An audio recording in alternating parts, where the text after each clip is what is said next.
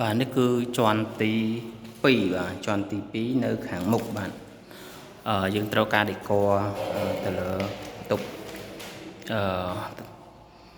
បន្ទប់មេគ្រួសារ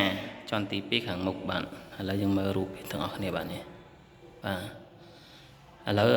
យើងបាយម្នេះមកគឺនេះក្បាលខែឃើញនេះក្បាលខែបាទក្បាលក្រែហើយនឹងទូកៅនេះទូកៅជាងហ្នឹង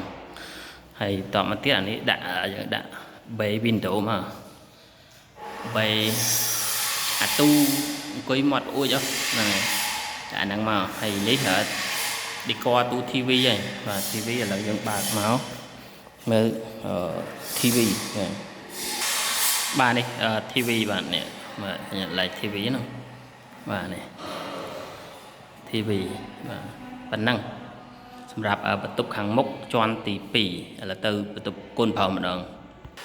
នេះគឺបន្ទប់កូនប្រុសបាទបន្ទប់កូនប្រុស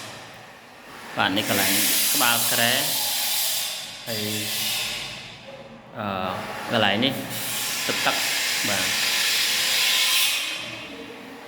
ក្បាលក្រែបាទនេះកន្លែងជាងប្អួច